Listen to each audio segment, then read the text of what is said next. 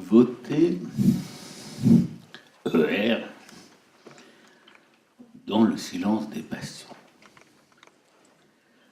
Cette causerie prend la suite de celle que j'ai donnée samedi à Bordeaux dans le forum anti-Le Pen de Bordeaux. À Bordeaux, j'ai commencé par dire « Vous habitez la plus belle contrée du pays ». À Strasbourg, je ne peux pas le répéter. Je dirais, de façon vérace, vous habitez la contrée la mieux ordonnée du pays. C'est sensible dès l'arrivée à la gare. Et pour moi, l'ordre des choses, se déplacer dans un monde où les choses sont rangées, c'est le repos de l'âme, si je puis dire. D'ailleurs, ma mère, quand elle était énervée, elle rangeait.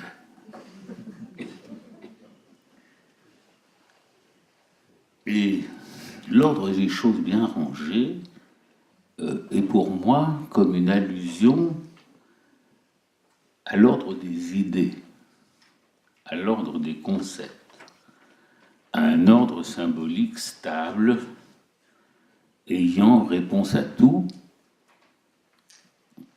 qui est pour moi comme une image du paradis. Donc disons que Bordeaux, c'est un paradis hédoniste. D'ailleurs, Sud-Ouest portait sur sa couverture, le journal de l'endroit portait sur sa couverture le jour où je suis arrivé, la Gironde est la région de France où il y a le plus d'arrêts de travail. Bordeaux est un paradis hédoniste, c'est le paradis du plaisir. Et Strasbourg, c'est le paradis de la pensée. Après ce compliment, ils sont destinés à me gagner votre bienveillance, je dirais tout naturellement que la politique, c'est le contraire du paradis. D'abord parce qu'au paradis, tous les emplois sont fictifs. Les listes des champs qui ne filent ni ne tissent ont des emplois fictifs. Et au paradis, on le suppose, il y a plusieurs théories, règne la bonne entente et le bonheur est supposé être atteint. En revanche, la politique peut être définie ce soir comme une dispute entre les êtres parlants, les par-l'être, comme dit Lacan, comme abrège Lacan, une dispute entre les par-l'être sur la voie qui convient le mieux pour atteindre le bonheur. Il y a une grande affinité entre la politique et la question du bonheur, et c'est pourquoi la politique intéresse tout le monde. On se désintéresse de la politique quand elle apparaît disjointe de la question du bonheur, quand elle apparaît impuissante à la résoudre. Parce qu'en effet, la politique, c'est aussi une discussion sur la meilleure répartition de la puissance. Alors pourquoi le silence des passions ? Je dirais que c'est un souvenir de classe que j'ai, un souvenir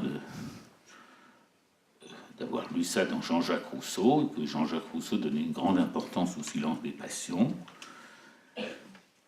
Et pour l'instant, je relis le contrat social, je relis les discours de Rousseau, je n'ai pas encore retrouvé exactement l'endroit où il parle du silence des passions. Pourquoi le silence des passions ? Parce que les passions sont bruyantes. Elles occupent et elles animent le champ de la politique. C'est ce qui fait que la politique a été volontiers censurée par les philosophes et les théologiens comme étant du champ des passions. que donc un philosophe aspirant à la sagesse n'avait rien à faire dans le champ de la politique. Que faire de la politique, c'était distraire le temps qui devait être consacré au sacré, précisément.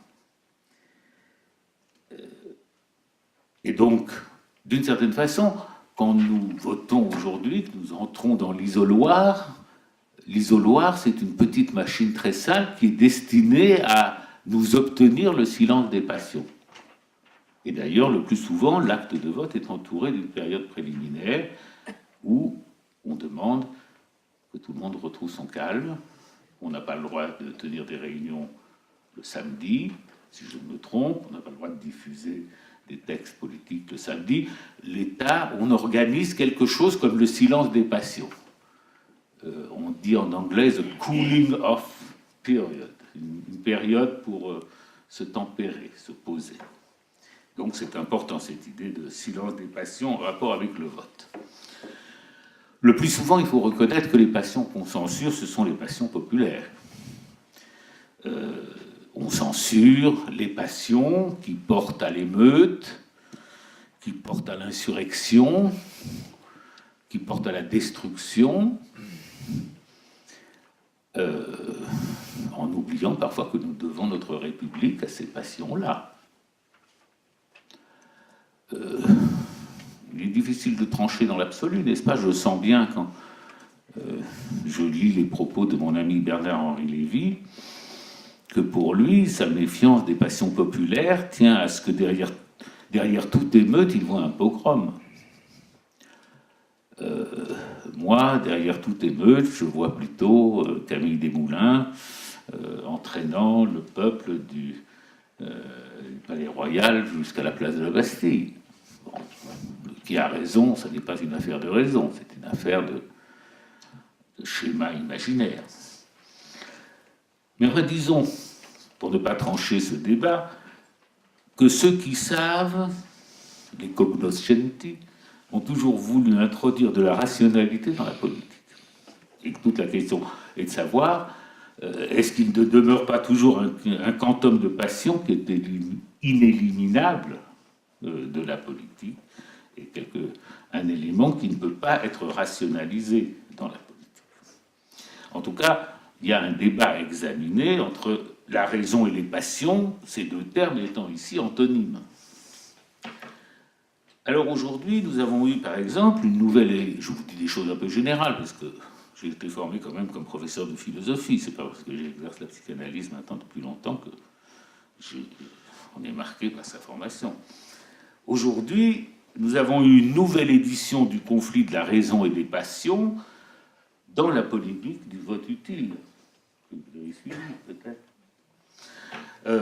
Le vote utile a été blâmé comme étant un vote par calcul. Et qu'à l'opposé du vote par calcul, on a célébré le vote non adultéré par le calcul. Le vote sauvage, en quelque sorte. Le vote tripal. Le vote spontané, pur. Le vote par conviction. Et, de fait, j'ai vu s'exprimer des gens très attachés à voter selon leurs convictions. La conviction étant censée témoigner de la sincérité, de l'authenticité d'une démarche qui aurait été faussée par le calcul utilitariste. Bien.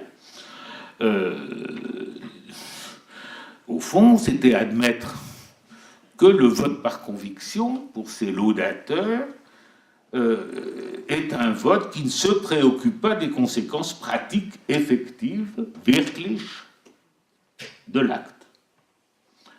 Moi, j'ai toujours pensé que ce qu'on apprenait avec la psychanalyse, c'était le contraire, qu'il fallait toujours se préoccuper d'abord, non pas des intentions, mais des conséquences dans la Wirklichkeit de l'acte. Et que ça, c'était pas seulement la leçon de Hegel, c'était la leçon de Freud. Que les intentions, justement, on se trompe sur ses propres intentions. Ce qui ne trompe pas, c'est le résultat de l'intention. C'est pour ça qu'on peut parler d'acte manqué.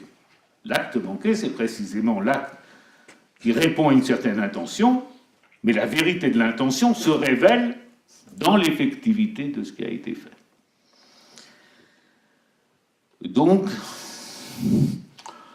j'ai lu des personnes qui attachaient beaucoup d'importance à voter selon leur cœur, selon leur passion, selon leurs rêves, selon la confiance qu'ils mettaient dans telle ou telle personne. J'admire comment des personnes qui ne sont pas nées de la veille continuent de mettre leur confiance dans des hommes politiques, enfin, dans des personnalités. Du point de vue, qu'est-ce que peut dire un analyste? Enfin, il n'y a pas de généralité. La majorité des analystes sont sous la table actuellement. Surtout que de ne pas se montrer. Qu'est-ce qu'on peut dire? Qu'est-ce que moi je peux dire? J'ai le sentiment que ces votes qu'on prône, ce sont des votes de transfert sauvage.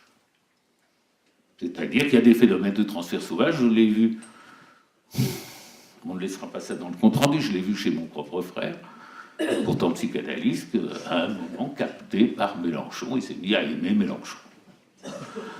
Il s'est mis à me dire Mélenchon est formidable, Mélenchon habite dans un petit appartement modeste, plein de livres, Mélenchon n'a pas de permis de conduire, il n'a pas de garde du corps, et donc il prend le métro.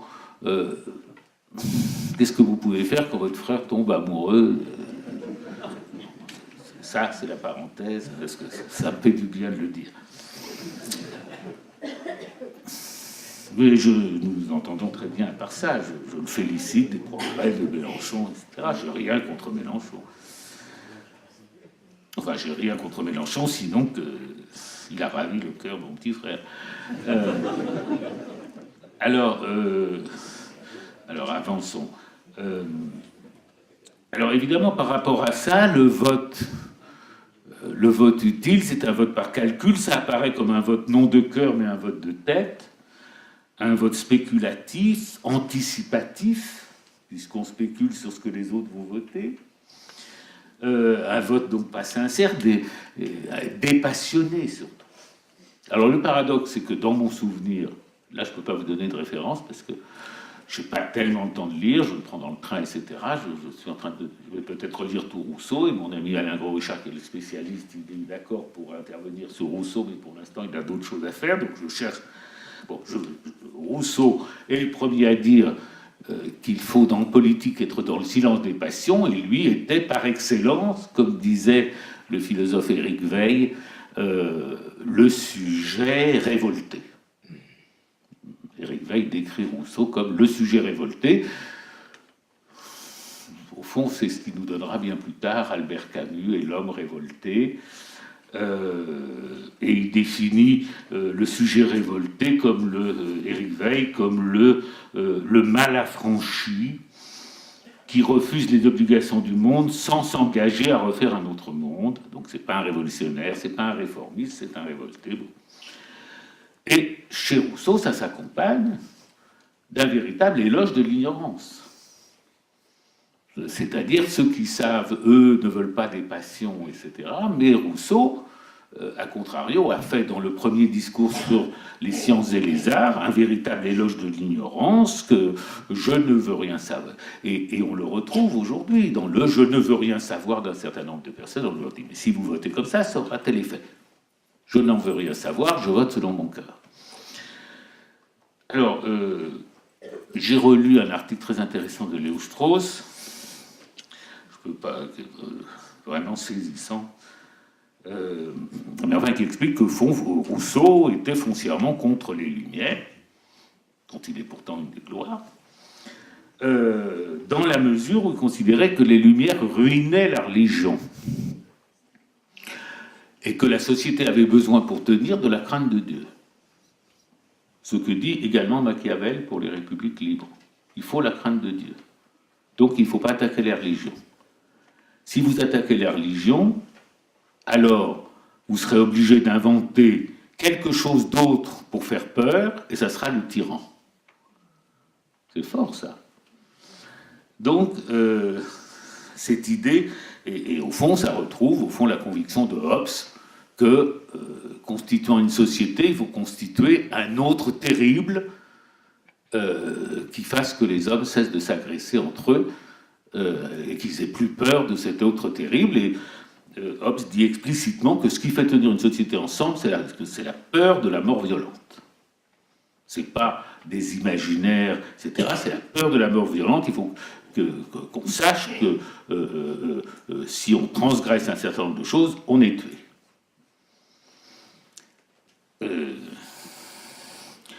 Alors Rousseau a réfléchi finalement, et je dirais, en première analyse, qu'il a radicalisé dans le contrat social ce que Montesquieu avait exposé dans l'Esprit des lois, à savoir que la crainte était le principe du despotisme et la vertu le principe de la démocratie.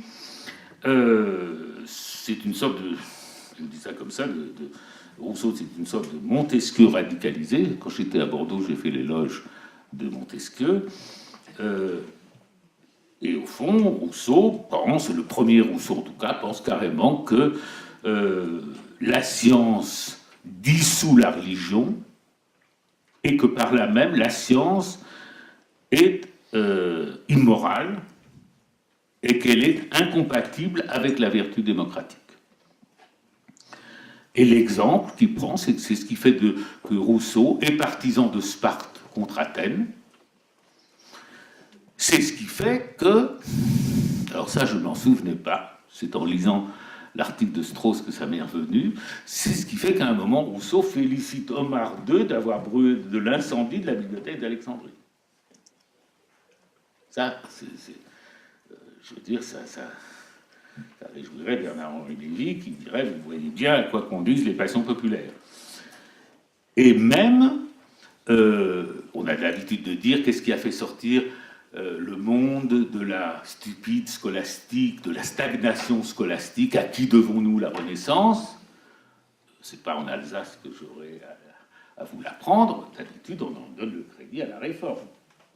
Grâce à Luther, enfin Luther vint, nous sortîmes de l'abêtissement scolastique. Eh bien pour Rousseau, ça n'est pas à la Réforme qu'on doit essentiellement ça, c'est à la conquête de Constantinople par les Ottomans en 1453, c'est là qu'a commencé vraiment la destruction de la scolastique, et dit nous devons cette libération, je m'excuse, c'est dans Rousseau, aux stupides musulmans. Bon. Là, il y a vraiment à faire pour comprendre ce tour-là, ce tour d'esprit.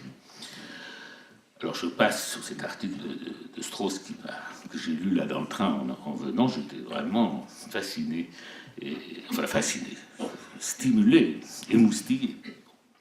Alors finalement, qu'est-ce que nous avons à faire, même selon Montesquieu, selon Rousseau, avec leurs différences, quand on sait quelque chose, quand on est tout de même une partie de l'élite, il faut le dire ainsi, eh bien, on doit éclairer le peuple sur ses devoirs. Éclairer le peuple sur ses devoirs, pour moi, je donne mon avis, c'est simplifier la question de cette élection présidentielle et des élections législatives. Je considère que Marine Le Pen, en tant qu'héritière d'un grand courant auguste de la pensée française, qui n'est pas l'extrême droite, je n'aime pas non plus ce terme, qui commence avec le courant contre-révolutionnaire, qui commence avec un homme extraordinaire qui était Joseph de Maistre, un des plus grands stylistes français. Marine Le Pen, pour moi, c'est mon postulat politique, c'est le mal absolu. Et donc, ça justifie, en face de Marine Le Pen, la constitution d'un front uni républicain. Comme ça existait par le passé, c'est comme ça existait dans les années 30, quand il y avait un comité de vigilance des intellectuels antifascistes, et par rapport auquel toutes les différences sont secondaires. Et en plus, c'est amusant, les autres candidats que Marine Le Pen, ceux qui ont une chance, leur nom se termine par « on », comme si le Seigneur avait voulu nous dire c'est n'importe qui, Fillon, Macron, Hamon, Mélenchon. Vous faites ce que vous voulez, mais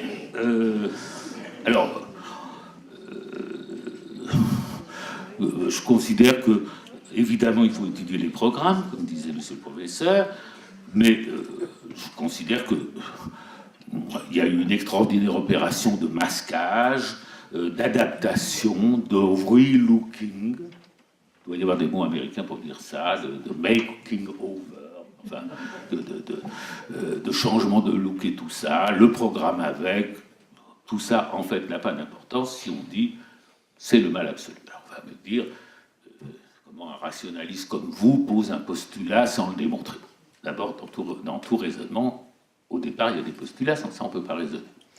Mais celui-là, je peux le raisonner, parce que quel est le grand principe évangélique qui d'ailleurs avait recueilli l'hostilité de Freud et l'hostilité de Lacan encore plus. Mais enfin, pour ce soir, nous dirons que nous le soutiendrons, ce principe.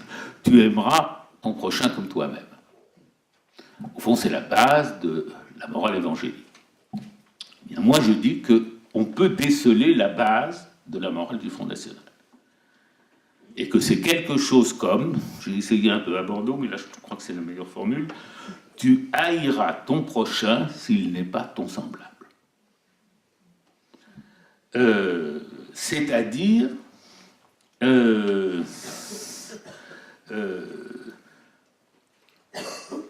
au fond, le principe évangélique, c'est ton prochain devient toi-même à condition que tu l'aimes comme toi-même. Ton prochain n'est pas naturellement ton semblable, mais il devient ton semblable à partir si tu l'aimes comme toi-même. Donc, du point de vue évangélique, l'amour est le principe de l'identité, de la sympathie avec l'autre. Tandis que du côté Le Pen, il faut que l'autre soit mon semblable pour que je l'aime. Il faut que l'autre ait mes mœurs, il faut qu'il ait ma couleur de peau, il faut qu'il ait ma croyance pour que je l'aime. C'est-à-dire, de ce côté-là, l'amour est subordonné à l'identité. Le principe évangélique, au contraire, l'identité est fondée sur l'amour. Et je dis, voilà ce qui peut justifier qu'on dise c'est le mal absolu. Bon. Donc je découvre que je crois au diable. Autant que je sache, je ne crois pas au bon Dieu, encore que le docteur Lacan disait « Je vous défie de démontrer que vous ne croyez pas au bon Dieu », il disait ça à son public. Je ne crois pas au bon Dieu, mais je crois à Dieu, comme tout le monde, c'est-à-dire au sujet supposé savoir et comme effet d'interprétation. Bon, pas un Dieu substantiel, mais un Dieu effet d'interprétation. Et le diable, c'est autre chose. Le diable, ça concerne une faille qui est ouverte dans l'être humain et qu'on peut comprendre, par exemple, d'une façon simple, à partir du stade du miroir de Lacan, à savoir que l'autre que je le vois avec sympathie parce que c'est moi-même, mais qu'il suffit d'un rien pour que cet autre devienne mon maître, parce qu'il est plus avancé que moi dans le miroir que je ne suis en réalité. Et donc, j'oscille continuellement entre la sympathie et l'agressivité. Et ça, c'est la faille par où s'introduit le diable dans l'être humain. Bon. Alors, nous avons 4 ronds. Au premier tour, évidemment, nous sommes contre Marine Le Pen, comme ça a été signalé. Mais, monsieur, au second tour, nous serons pour. Nous serons pour l'adversaire de Marine Le Pen. Et moi, je dis tranquillement, je serai pour l'adversaire de Marine Le Pen, quel que soit le 4e, enfin l'un des 4 qui sera présent. Ça me sera complètement indifférent que ce soit Mélenchon, Fillon, etc. Ce sont des véhicules de mon vote. Donc, le problème pratique, c'est, parmi les 4 qui sont au premier tour, déceler celui qui sera le 1 restant au deuxième tour. On a vu des problèmes semblables, je l'ai rappelé à Bordeaux, par exemple quand c'est célèbre, Jeanne d'Arc arrive, on pense que c'est